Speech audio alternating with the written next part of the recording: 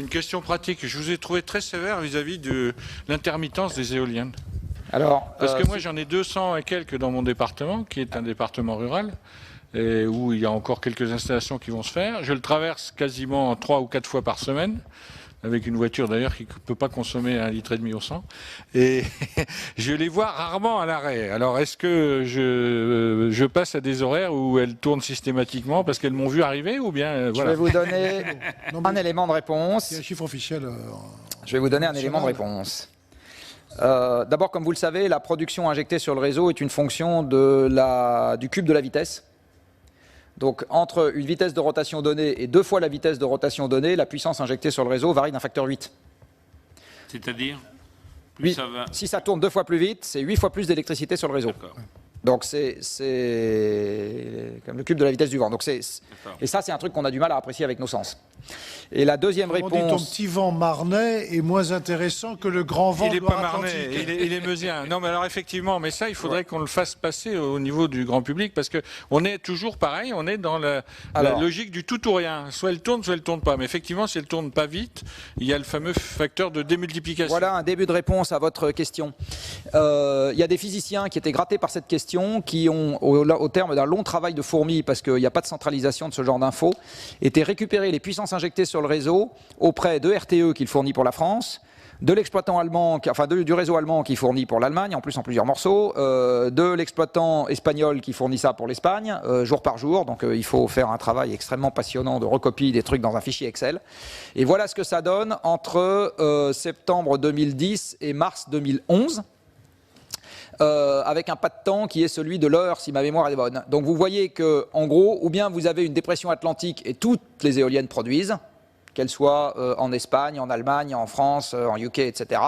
Ou bien vous êtes en régime anticyclonique et vous avez un peu de vent résiduel à Gibraltar, dans le couloir rhodanien, etc. Mais vous avez un talon et la puissance installée est là-haut. Donc ce que vous dit ce graphique, c'est qu'en moyenne, vous n'êtes sur ces 6 mois, vous n'êtes jamais à mieux que la moitié de la puissance installée. Que la puissance garantie est une petite fraction de la puissance installée, de l'ordre de quelques pourcents, et vous voyez ici clairement l'intermittence induite que vous devez contrebalancer par soit des barrages, soit des centrales à gaz. Alors les Espagnols ont choisi des centrales à gaz, ce qui maintenant leur coûte bonbon en gaz et en CO2. Donc en même temps qu'ils installaient 15 gigawatts d'éolien, ils ont installé, 20 gigawatts d'éolien, ils ont installé 15 gigawatts de centrales à gaz, et ils publient des très beaux communiqués de presse quand c'est l'éolien qui domine, mais enfin ils devraient publier 3 fois plus souvent des communiqués de presse en expliquant que c'est le gaz qui domine. Hein, ah bah oui, c'est exactement ça qu'ils devraient faire. Les Allemands ont choisi de compenser ça avec le charbon, et les Danois, ils ont fait un truc qui est absolument génial. Comme en gros le pays est trop petit compte tenu de la quantité d'éoliennes qu'il a, pour absorber sa propre électricité d'origine éolienne, quand le vent souffle, il exporte. Vers qui est-ce qu'il exporte? Vers les pays avec lesquels il est interconnecté. L'Allemagne d'une part et la Norvège de l'autre. Quand la Norvège reçoit de l'électricité danoise, que le Danois ne peut pas, il doit s'en débarrasser, c'est pour l'équilibre du réseau électrique, il doit absolument s'en débarrasser. Que fait le Danemark à ce moment? Il est prêt à la vendre à n'importe quel prix. Quel est le prix auquel la Norvège va accepter l'électricité danoise? Le coût de production marginal d'un barrage. Vous savez, le coût de production marginal d'un barrage, c'est les 3 minutes d'ouvrier qui sont nécessaires à ouvrir et fermer le robinet, c'est 0. 0. Donc les Danois ont subventionné, avec leur argent à eux, une industrie qui va vendre à l'exportation à un coût marginal nul, et quand eux, ils ont besoin d'électricité parce qu'il n'y a pas de vent, ils importent en provenance du producteur norvégien qui, pas fou, là pour le coup, leur fait payer le prix fort puisque c'est de l'électricité de pointe.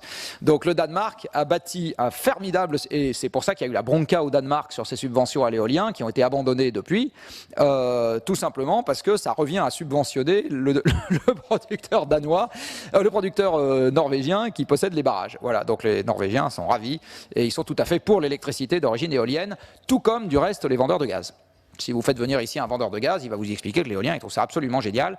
Moi, à Copenhague, j'étais allé au meeting de l'International Gas Union, où tous en chœur, j'étais le seul Français dans la salle, je crois, et il n'y avait pas un journaliste dans la salle. Hein.